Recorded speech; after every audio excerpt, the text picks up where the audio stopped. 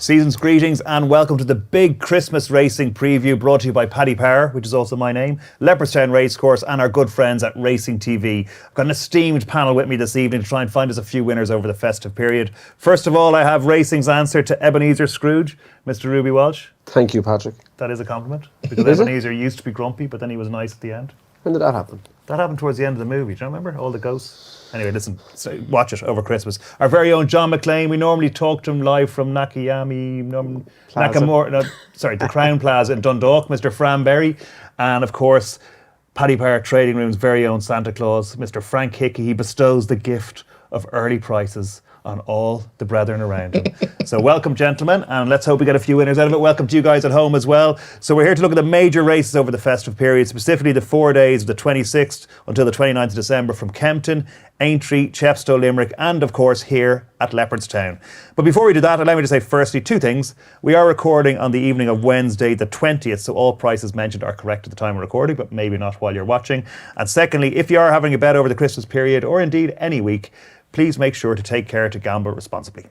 Right, let's kick off with St. Stephen's Day, December the 26th, Boxing Day, the first day of the Christmas Racing Festival. We've got a lot of top quality races to look at, so we're going to take it day by day. First of all, the King George, the big race the first day. Frank, we start with you. Allaho's 6-4 favourite. Brave Man's Game 9-4. Jerry Colomb. It would have to be a genius. Frank backed Jerry Colomb anti-post, and he's a bit worried he's not going to run. I'm getting a bit stressed, I'm looking at the weather. But look, I would think personally it's the better place to go when you're looking at how hot the Savills potentially going to be with Gallop in the Champ and Faster Slow going to run there. Like Allaho, obviously Allaho from 2 years ago would be a massive threat. And you would expect him to improve for the reappearance run of Clonmel, but he'd want to he was a bit niggly. I wouldn't have been in love with it. No, he's every right to improve and every chance he will. Brave Man's Game, my opinion is he left his race after him in Haydock. I don't think Paul Nicholls wanted to run him there. And it was a disappointing effort, whatever way you look at it. Then you're looking at Shishkin. If he jumps off, yeah, he'd have a chance. Even then, look, he's a little bit to prove. Like a Hoist-and-Ure, fair enough, you ran him down an inch, but Hoist-and-Ure would be a big enough price if he was in here. And then you're looking at Royal Pagoi, needs a bog. Hugh could give a squeak to if the ground is on the decent side. I think, he'd be prominent, he will stay. He tends to be a pretty good jumper, bar the fall at Cheltenham and the unseated Listowel. Other than that, but I just think like Jury, like it drives me mad when I'm on Twitter and seeing people say he's a boat that needs 3.5 miles in heavy ground, when you look at his probably most impressive performance with Aintree over 3-1 on good to soft ground, where he absolutely scooted round and won really impressively. Now you could question the form, beaten complete unknown, and Braun and Gary Dillato, not the strongest form in the world, but like he potentially should be unbeaten after 9 starts. Like he's won 2 Grade 1s in the UK over 2.5 miles. Neither of them or won 1 over 2.5 miles at Sandown, and he won a Grade 1 at Limerick, sorry. I don't think he's that dependent on having tested ground. I don't think he's as slow as people make out. If he was a slow horse, he never would have won it down Royal. He had to quicken again after being hampered to get back up. And if he comes over to Kempton, I'd be fairly confident collecting, to be honest with you. Okay. Ruby, you've won about 50 King Georges. So this one looks like it's going to be a bit of pace on the real Whacker, Hewick, whatever. I mean, is that important? Is that significant for the way the race pans out? And Allaho as well into the mix, but rarely get a slowly run King George. It's usually end to end. Does that mean it's okay for horses that are questionable about the trip and stuff? Yeah, the odd horse that lacks a bit of pace, maybe you can get him on their head early, but no, when you've got good cruising speed, you're fine. You need to jump at Kempton. Kempton is definitely a jumper's track though.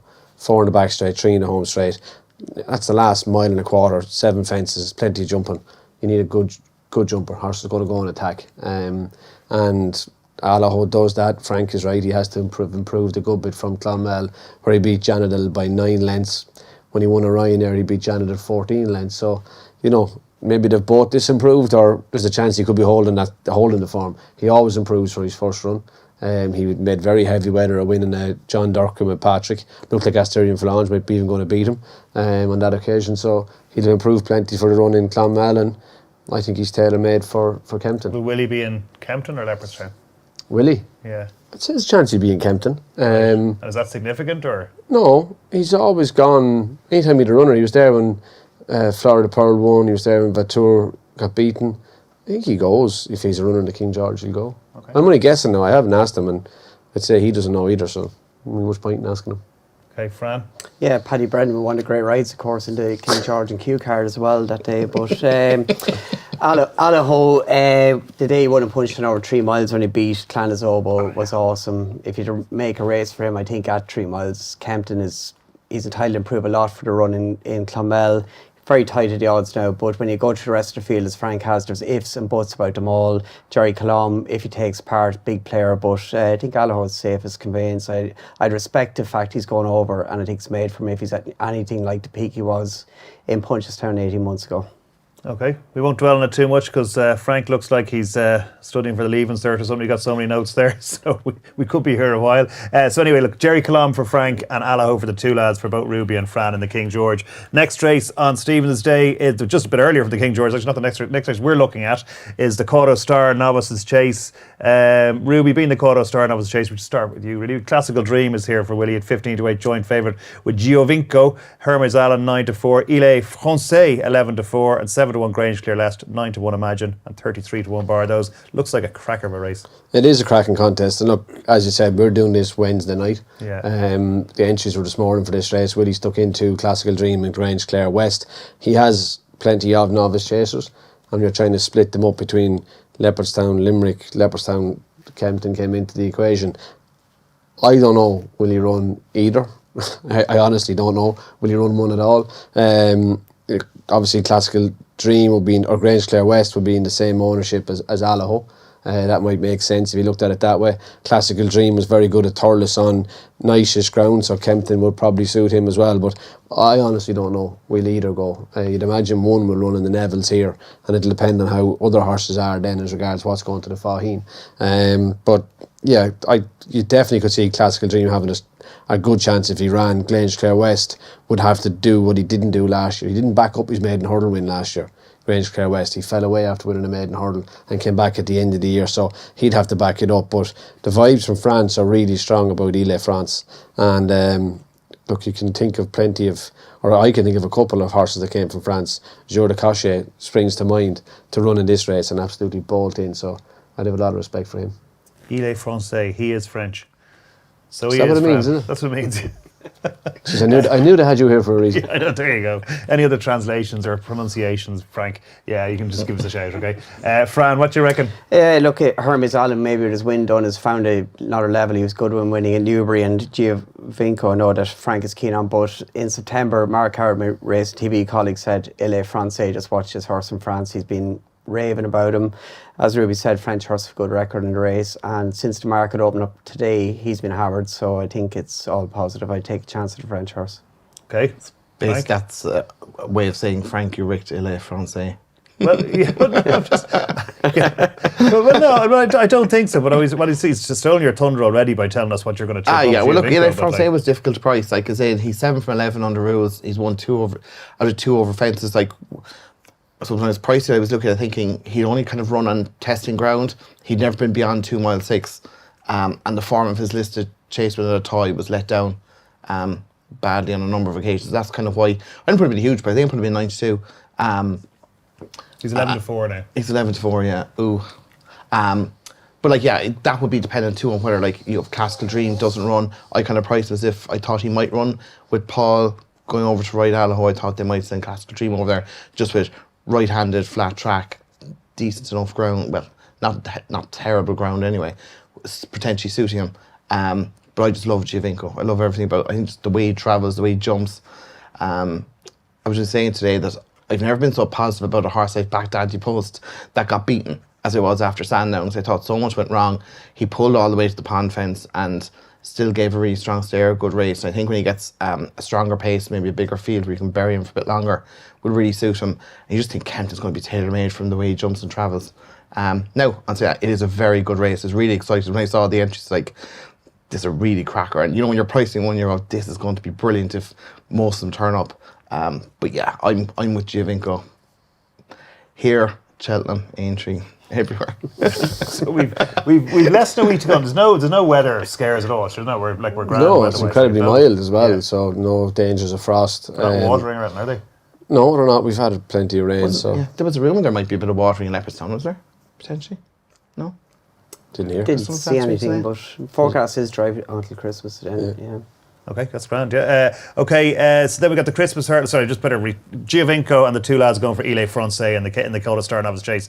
Okay, next we got the Christmas hurdle at Kempton. Constitution Hill is going to be, I think he's 10s on, so I'm guessing nobody's going to be going against Constitution Hill. Any fancies to follow him home, or Frank? Any specials worth mentioning? Or Yeah, I think the lads are pricing on plenty of specials today. I didn't get a chance to look at them, but like we're going to have all the usual, the distances and all that kind of stuff. I will have everything. Yeah. Yeah.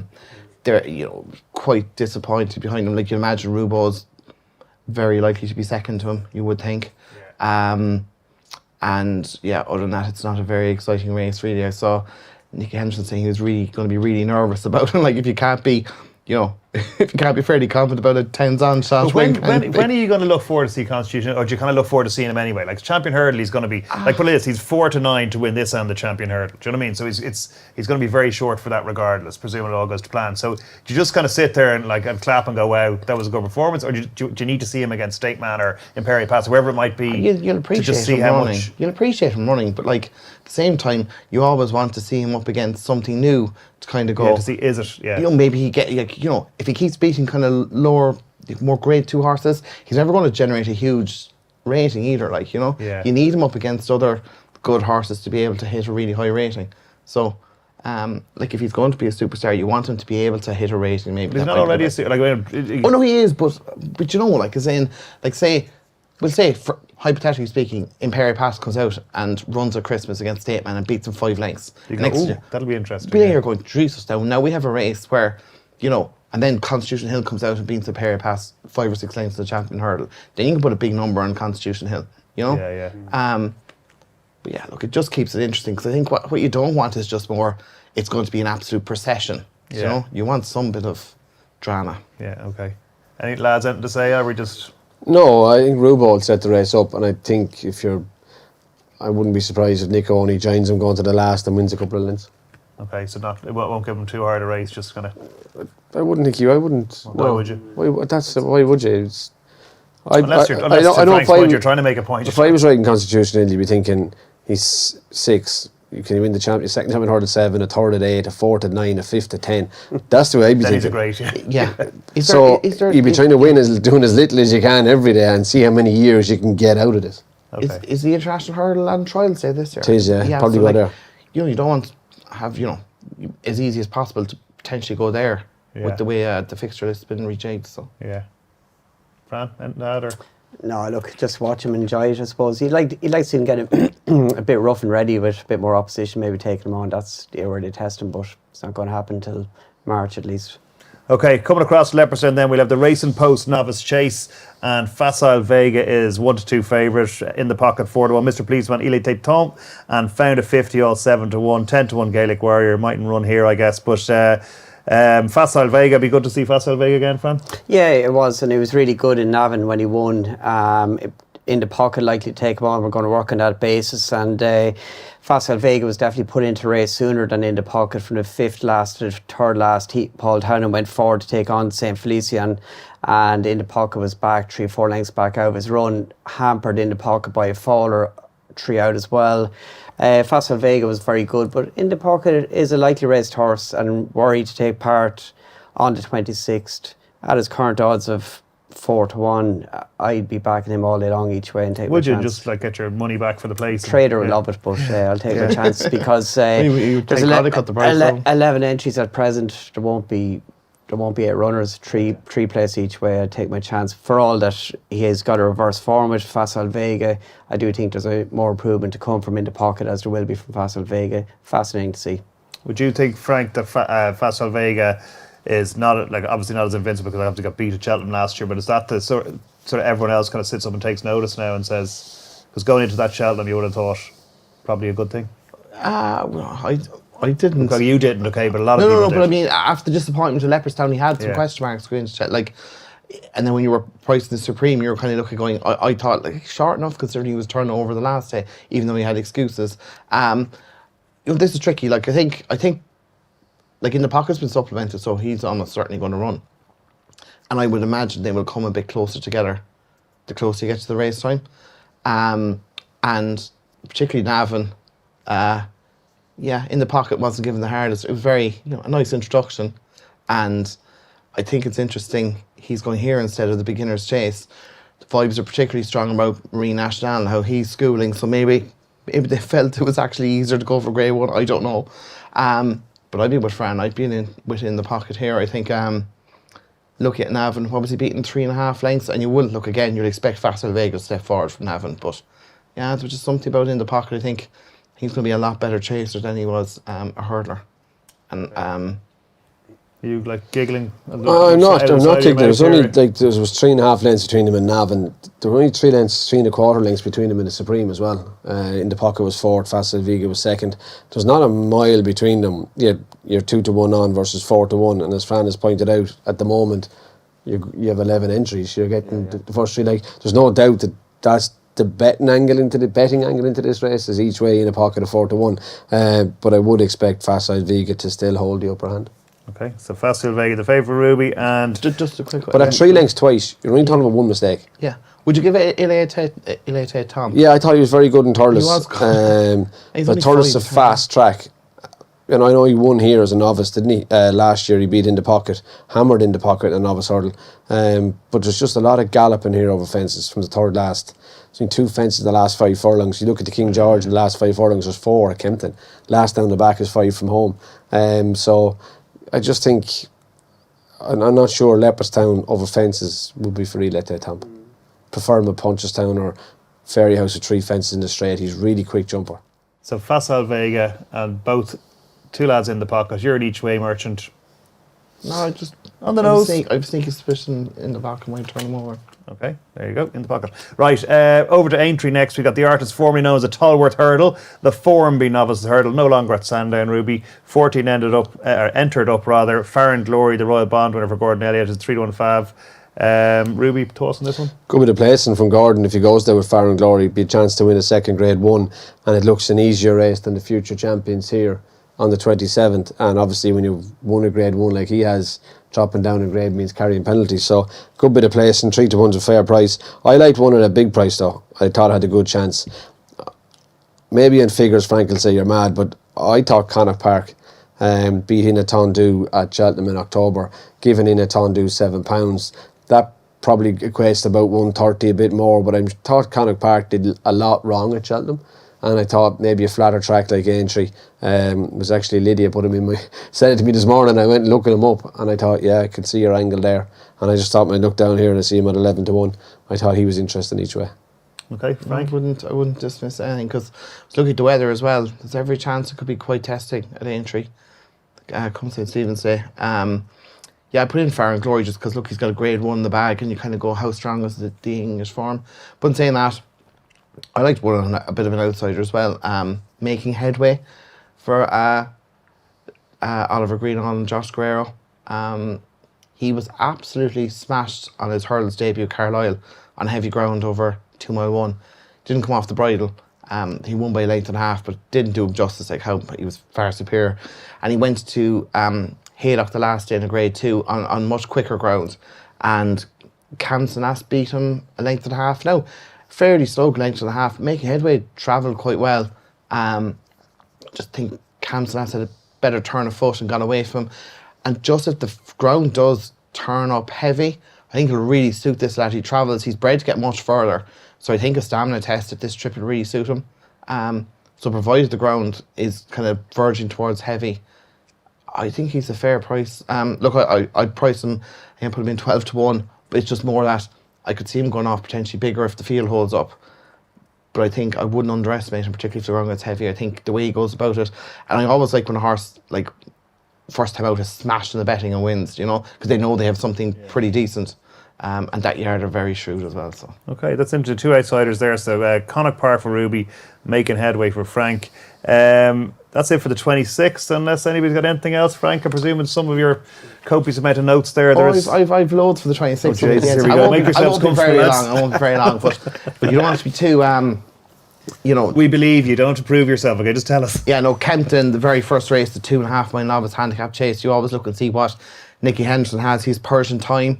He won it last year with Balco Coastal, who was well beaten at Newbury over 2 miles in his reappearance. Turned up at Kempton then at Christmas and bolted up. Persian time was second to Jello of Venetia Williams. Thought he jumped really nicely. Thought he improved for stepping up a trip as well. He ran the Ballymore last year, was second at Ayr as well. I just think a mark of 129, he'll rate a bit higher. I'd be surprised if he has to finish the season rated in the 140s. He'd be one that very much interests me. No tip, but be worth having a look to see what's entered, what's declared, for the Hunters Chase down Royal. Obviously, that's going to be the first thing everyone does on Christmas Day. When you look at the entries, it's actually quite exciting. You Ferns Lock, It's on the Line, Germany Pass. Ramillies is having potentially his first start for David Christie. Fossley, the Boss Oscar, Samcro, wing leader. Like, if even only half of them turn up, it'd be a cracker. Well worth watching. 12:30 Aintree, 2.5 mile veterans handicap chase. Riders on the Storm. Hobson Yard in much better form than last year, I think. He's only had one winner in November, but he did have 6 seconds as well. And from 7 runners in December, he's had a winner in 2 seconds. And of course, the winner was Fugitive last week in the December Gold Cup. Now, Riders on the Storm won the Old Roan Chase in his reappearance last year off a mark of 139. Didn't really show much after that. Now down to a mark of 133. Again, with the potential for testing ground won't be an issue for him. Brian Hughes is jocked up already. I think he probably be shortish, but I'd fancy him to win. I just want to keep an eye on in the bumper at Aintree. Mr. Megget, John O'Neill. This horse made its bumper debut at Caroline, was wildly impressive. 1 by 12 lengths. Don't know what it beat, but it couldn't have done any more impressive. If the ground was testing that day, it'd be interesting to see how he goes.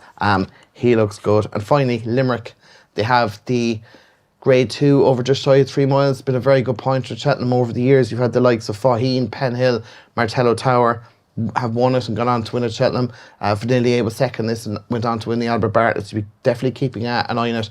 Gigginstown have dominated, winning it the last 4 years. Gordon's won 3 of them. I thought Crow Park was the most likely one out of his. Won a Clonmel over 2 miles in heavy ground, and then went and won a Grade 3 at Navan over 2.5. I think he's tailor-made for 3 miles. Yeah, he'll probably win as well, I would have thought. Right. Do you think I can add anything to that? I actually forgot one, Paddy. Oh, great. Belgo Prince in that handicap hurdle. Which handicap hurdle? The same one that Frank's talking about, the striking. Yeah. He was actually touched off, beating a nose in this. That's the Tony Martin one, is it? Yeah, beating a nose 2 years ago, I think off 98. He's running off 95. Was unlucky at Cheltenham. I don't think he would have beaten Imposé Trois, but that horse is favourite for the big handicap at Ascot at the weekend. I think he would have been third at worst. He was running off the UK mark of 108, back here off 95. He's improved an awful lot in the flat in the summer. He should be going close. And be interested to see Mears or West and Ballyburn have both entered that 2 mile maiden hurdle as well. They're worth keeping an eye on. And Mighty Bandit is the juvenile hurdle. He was very impressive at Punchestown. And the more you look at it, the more you go, wow. I think he may have gone under the radar initially, but people are copping onto him. Thank you very much, Frank. Okay, that's it for the 26th. We'll be back straight after this with the 27th. So lads, apparently I'm meant to be asking people at home to subscribe to the Paddy Power Racing YouTube channel. St Niles a false start. Shut up! It's not a false start. You've described this day as possibly your worst day ever. Have you ever heard of Ruby Walsh? Sound like the man that takes some juice. A John Wayne lookalike on him, more than likely at the same time. Wow. Second horse is more up than Mars. This is expensive bars, Mark. A fence at Cheltenham where you go like that. Yeah, go. That'd be an entry, yeah. I cut your nuts off. What do you think had happened to you?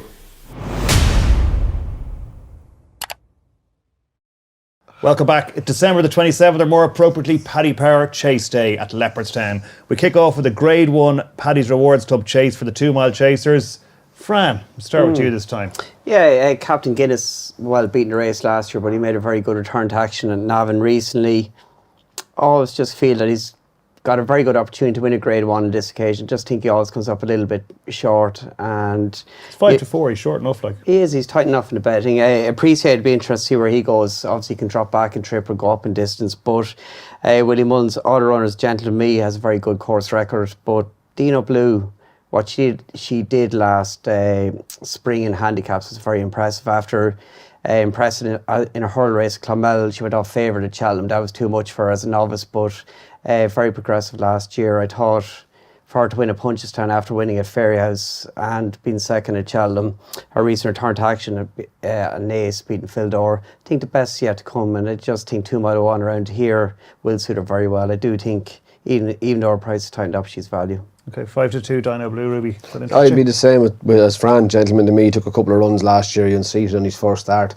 Ran no race in Tingle Creek. He was poor in this race last year.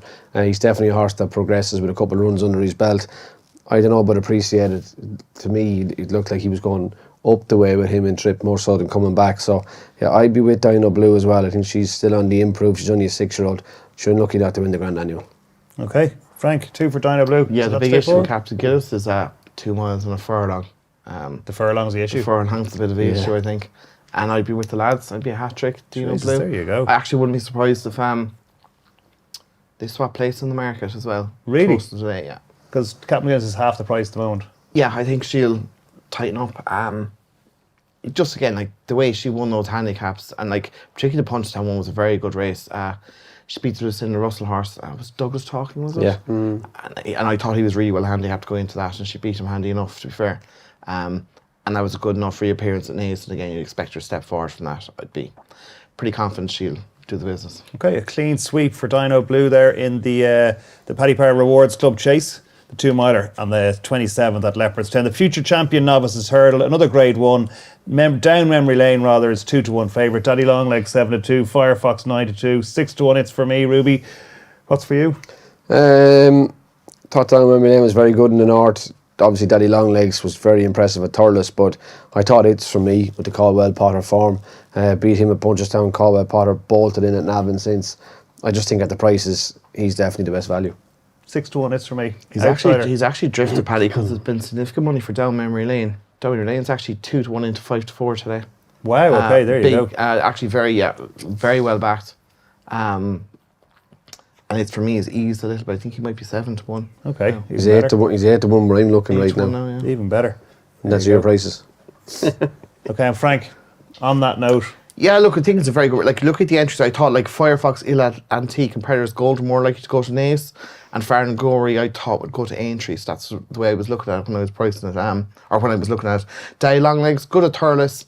The only thing I would say is like Irish Panther's a good horse, but I'm pretty sure Irish Panther's a horse for handicaps. So I wouldn't be, I think Daddy Longlegs is very good, but I think the market has him well found now, and I think he's short enough. Then you're looking at Down Memory Lane. Like he's won a point, won a bumper, won a hurdle, very good. Market strong behind him. Have to respect that, but to me, short enough at the same time. And then you've got Mystical Powers, interesting. Smooth Tom. Absurd is half interesting if he ran here, considering the improvement he's shown in the flat. His last run over hurdles was disappointing, 4-6 favourite in the listed race of Galway. But for me, it's for me as well. Just when you look at the price being offered, Champion Bumper, he went off 6-1, did he? Paul Town on road, then he was disappointing in Punchestown.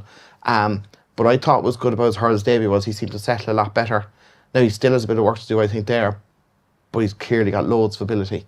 And just at the prices, like I think he'd be the one I'd be backing, and probably just each way as well in case Down Memory Lane is as good as the cash is suggesting. But I'd be very surprised if it's for me isn't in the top 3 of these ability wise at least. Geez, the 27th is easy so far, Fran.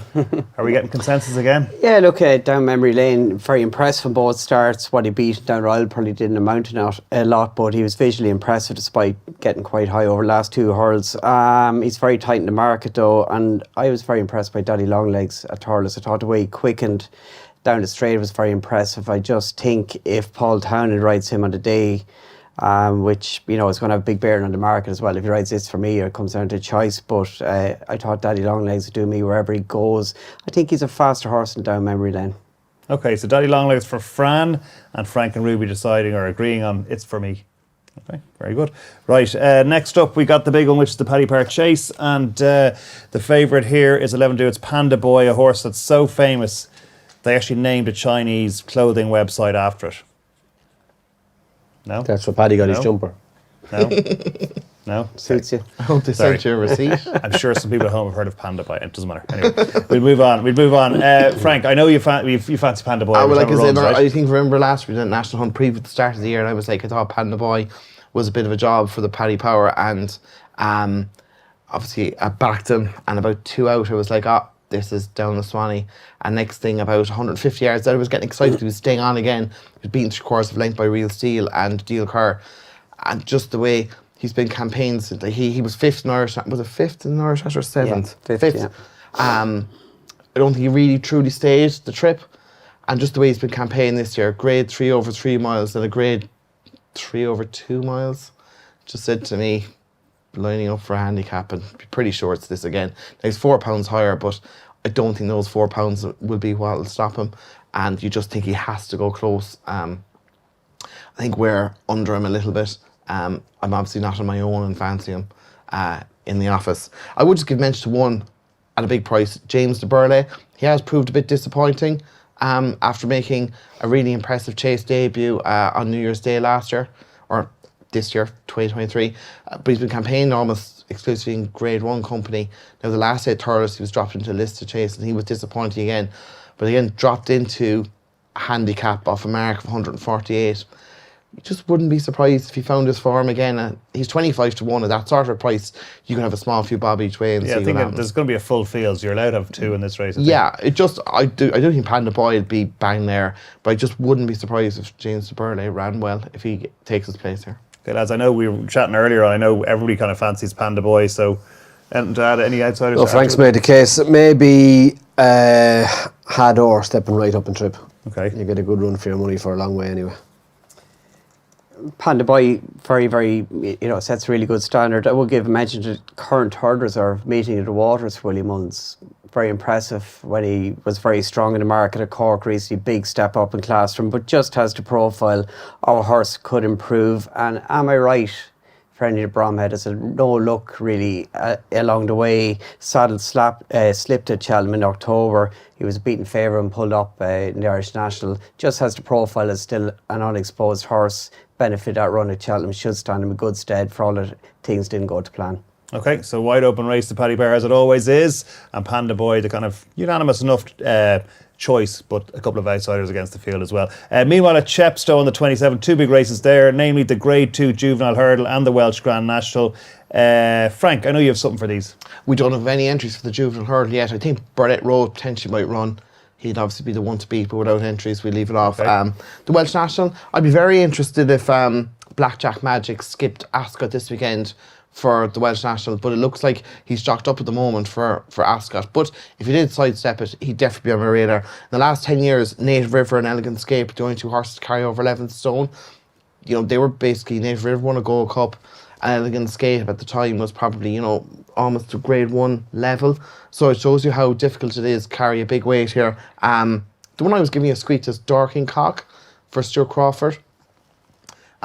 He went off 10 to 1 for the Beecher Chase there recently, despite being £8 out of the handicap. Look, he unseated his rider early enough in the race. It's too far out to tell how he was going, but he was creeping away nicely in midfield. Previous to that, he'd won over hurdles at Navan off a mark of 115, and he runs here off a mark of 128. Testing ground will suit. I think he'll stay. You go back to last Christmas, he was beaten in the neck by Fossley in a Hunter's Chase. And yeah, he's a massive price. I think we're 40s and they're as big as 66 to 1. Did you have a bet with one of your mates to see how many times you get Hunter Chases into this preview tonight? It's a bit like, what's that movie when they say meow 10 times? Did you ever see that film? Don't know. I haven't heard of that one. Super Troopers, that's the name. Okay. Do you remember that movie? No, I don't remember that one now. Yeah, anyway. We'll file that with the Panda Boy website. Anyway, sorry, go on, I interrupt you. Yeah, I'm just saying, anyway, Dorking Cock would be one thing at a massive price. Dorking Cock. I'd give a small mention to it, the Galloping Bear. I was sweeting him last year. I remember that, He fell, I think, 3 out. He was beaten. He probably would have finished 5th or 6th. He ran really well in the Eider behind Kitty's Light, who went on to win the Scottish National and the Bet365 Chase. Sure, wouldn't it be only gas if the Galloping Bear and Panda Boy brought up the each way double that didn't click last year? I'd nearly have to do it now. Just you nearly have to do it after we mention it and all that. FOMO's a big thing. Exactly. We also know Marine National is due to run the beginner's chase at Leopardstown. I presume somebody mentioned earlier the vibes are that it's been schooling really well, so... Vibes are very strong. They're so strong, he actually whispered out the side of his mouth, they're very strong. So it must be very strong.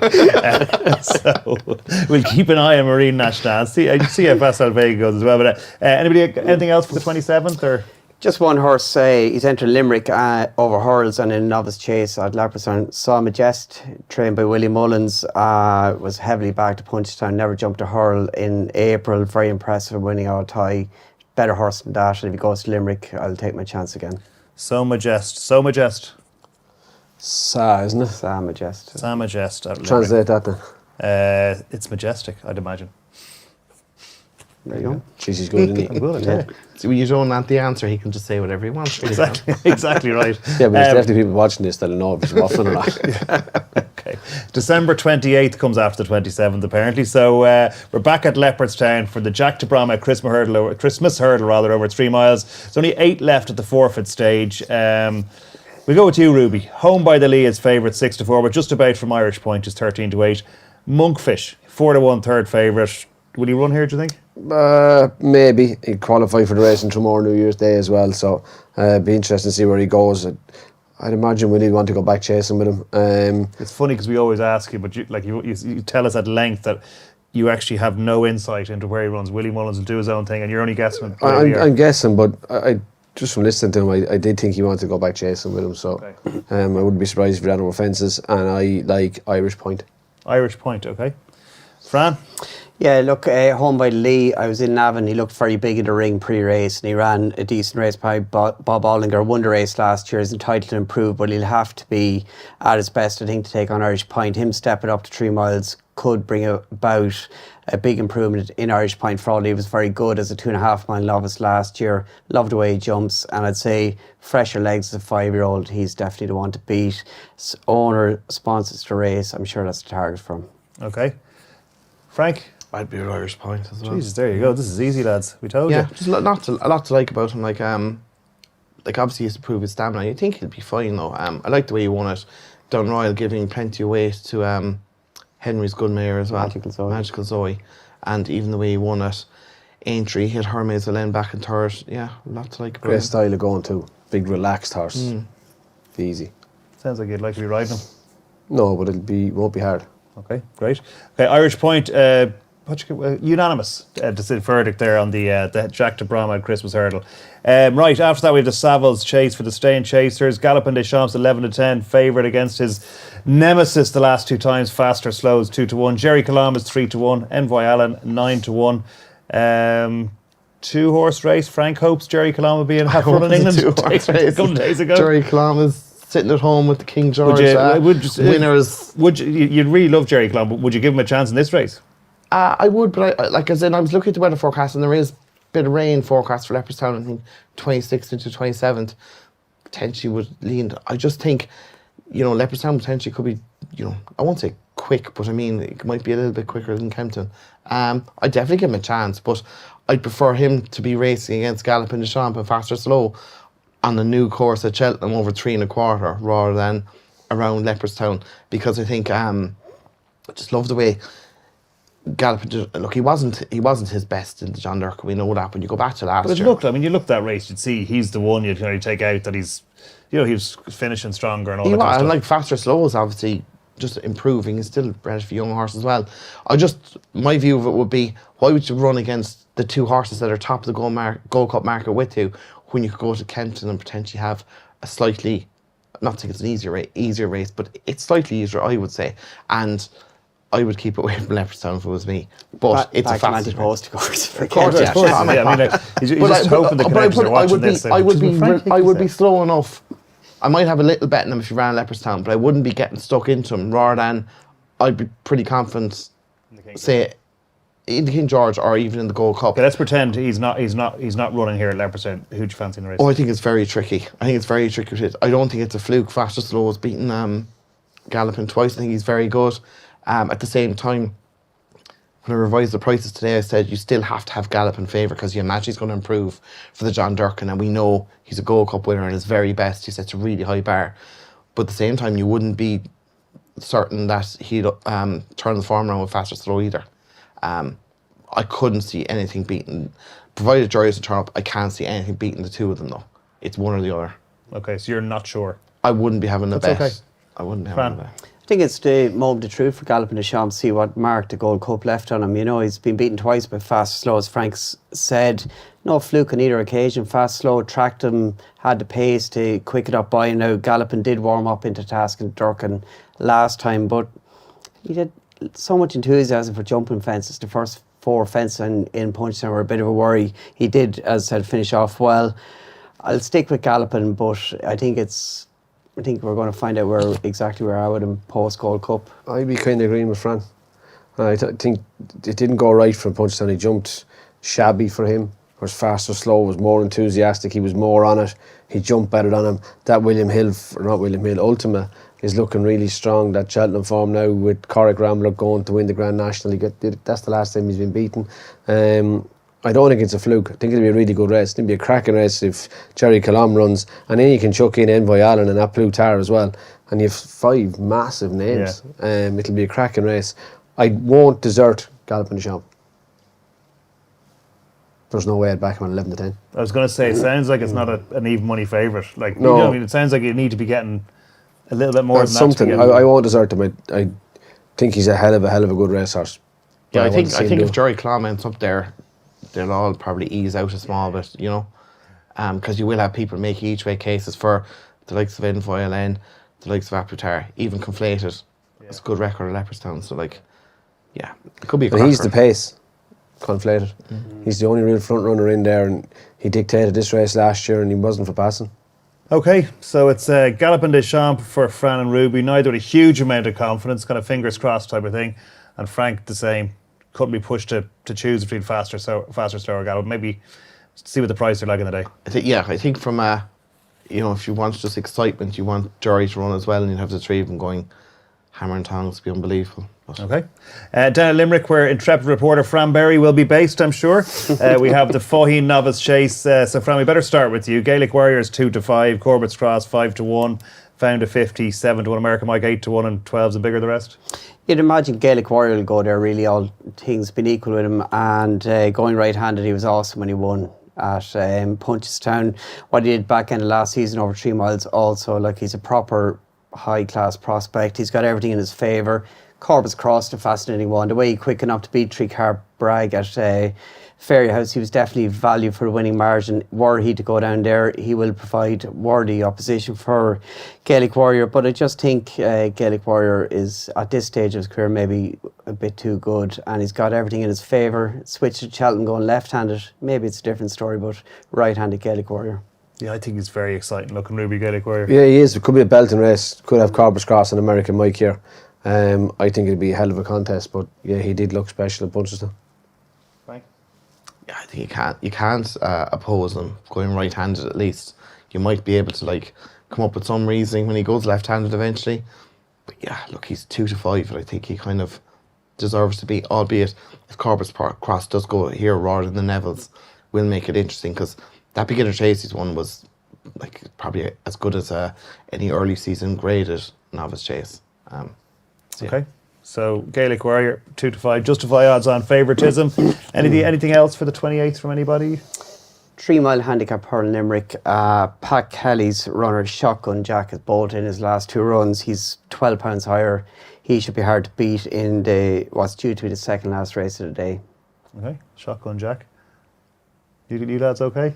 I'm good. Can't trump that. Right. There we go.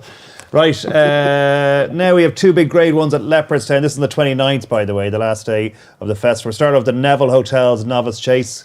They just mentioned it there a minute ago. Corbett's Cross is the favourite, 7-4. Florin Porter and Classical Dream. Poor old Classical Dream is going to be a busy Christmas, ended up everywhere. 5-2 each of 2 of them. Favre de Chandu is 5-1 and Grange Clear West 6-1. Ruby, we'll start with you this time. I think, look, this is anti-post, so this race is 9 days away from when we're recording. So you're looking at anti-post. What's going to run? Corbett's Cross has multiple entries, Classical Dream has multiple entries. Florin Porter's going to come here, but he's already had 2 runs over 3 miles this season already. Punchestown didn't suit him going right-handed, but I think the horse that beat him in Punchestown is way overpriced. Favre de Chandu.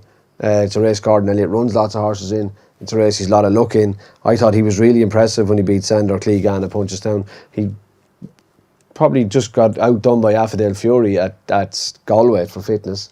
But he won that 3 mile novice hurl in Limerick this time last year. I'd say he's a fair horse, Favre de Chandu, and at these prices at the moment, he's the value. Okay, because the others mightn't run, so he'll definitely be shorter. He's going to turn up. He's not going to be 5-1 on the day. Fran? Florian Porter, obviously going back to proper way, he just doesn't have enough scope for park fence. I think I know he won at Cheltenham, but just in really competitive ground, I just worry about him. As Ruby said, it depends a lot. Where a lot of these are multiple entries. Last day, the 4-day festival.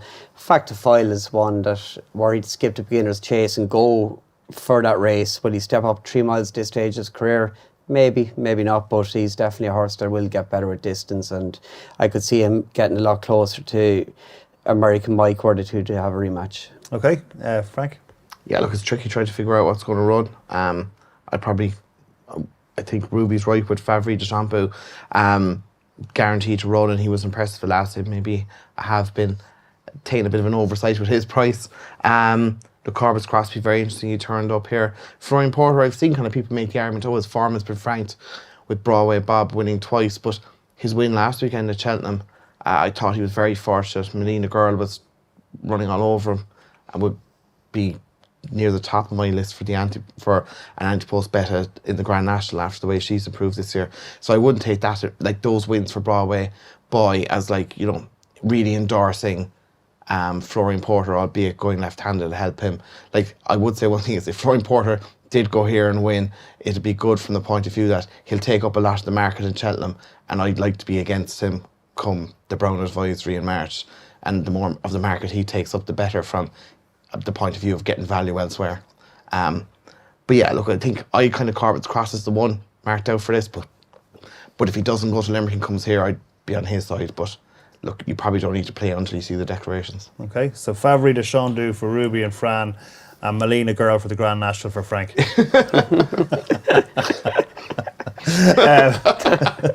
The last race I have here in my running order is Statement. Of course, the Matson Hurdle, the Grade 1 Matson Hurdle. Ruby Statement 4 is on. First of all, will Impere Pass run? And if 4 is on, it's very short of Impere Pass runs, right? It is, and Impere Pass is still in full work. And what's the choice for Impere Pass? If he doesn't run, where does he go? And you wouldn't be in full work without a run, because it's... Well, he's doing as much as he would be doing, yeah. So I don't know. I don't know if he's going to run or not. I don't know will he want to run the two of them here. I don't know where you find the option. If you didn't have Constitution Hill, you can be full sure one will be in Kempton, but you're going to Kempton, take on Constitution Hill. I don't know. Could Impere Pass go to the Relkill New Year's Day? Is that another option for him? He could. But look, I thought Stateman was as good, if not better than ever at Punchestown, so I wouldn't be against him anyway. Yeah, okay. And it's one of those, I mean, when you're close to them in the stable, I mean, as an outsider looking in, I think within racing, we're always looking for the next big thing, aren't we? We're always looking for the bumpers, the one you're looking for something to take on Constitution Hill, because most people are of the opinion that Stateman won't beat him, so you're looking for something else. And that's why people want Impere Pass to be... Yeah, to be better than Statement, basically. They're closer to Constitution Hill. Fran, is there any point looking beyond Statement? Obviously, Imperial Pass, were he to be declared down to 2 miles, I think he probably on another day should have won the Hatton's Grace. So look, he's definitely better than that result, and the result of that, the form of that result is very good. Inside track, Leopardstown first go 2 miles. It's probably Stateman's even where Imperial Pass take him on. Okay, Frank. Yeah, I was responsible for adjusting the prices today, and I just assumed Imperial Pass wouldn't run. But if he did turn up, I'd be more in his Kempton. I'd be more in his Kempton Statement. I think, if he was turning up, he'd definitely taking 3-1 because there isn't that much of a difference between them. And just the way he travelled through the Hatton's Grace, you thought he was going to bolt up there at one stage, turning in, and obviously lack of fitness may be told. And even the weakness in the market would suggest he wasn't 100% either. So I wouldn't be giving up an Imperial Pass at all. I think he's a really light committee. There's plenty more to come from him. Okay, so Imperial Pass and Statement for the lads. We'll see if he turns up. Right then, before we wrap up, any more on the 29th? Is that just clutched at straws that you have some sneaky one the 29th? Even you, Fran? There's no entries. Yeah, it's hard to know, isn't it? Hard to know, yeah. Okay, right, nothing else you've forgotten, Frank? You don't have to go back through all your notes, Frank. It's okay. I'm just starting them out. Oh, that's okay. Just sorting them out. Yeah. Okay. Best bet over the Christmas period. This is the one we need. The nap. Fran. Day 3, Leopardstown Irish Pint in the Jack de Bromhead Christmas Hurl. I think he's very exciting, stepping up 3 miles. Right, Fran. Thank you very much. Ruby. I would say for value right now, it's for me at 8-1 is value. It's for me. Where was that again? Leopardstown is second day. Second day, Leopardstown. Okay, Frank. And at the time of recording, he was 8-1, whichever camera I should be looking at. So don't give out to me if you missed it. I will say Giovinco in the Cato Star Novices Chase. Okay. Giovinco in the Cato Star. That's ages ago. That's ages of 26, is it? Yeah, or if you want to go to 27, then Dino Blue. No, it's fine. It's absolutely. On the 28th? Yeah. While you're at it. No price in the 100 Chase, no. Chase. Lads, just stop making a mockery of my show, will you, for God's sake. About the 100 Chases. No, we're not going. We're going to do another show on Hunter Chase. We're going to leave the camera running. You can record the show. We'll look at it tomorrow. The worst thing you can get is the Hunter Chase night at Cheltenham and be forced to price that. That's the most difficult hospital pass you can get. Okay, so everybody at home, just be careful. If anyone asks you to price the Hunter Chase night at Cheltenham, rather, make sure you avoid it. It's during Punchestown. You should be in Nace at that stage. It's during Punchestown, right? Sometime I think it is. Yeah, you should be in Nace drinking pints in Lawlers or somewhere. Right. Okay, that's all we got time for. Once again, if you are having a bet next week, or indeed any week, please do remember to gamble responsibly. Thank you very much for watching. Thank you very much to my esteemed panel, and we shall see you over Christmas, no doubt. And if I don't see you before, so have a great Christmas, Ruby, Fran, and Frank. Thank you. Good luck, everybody.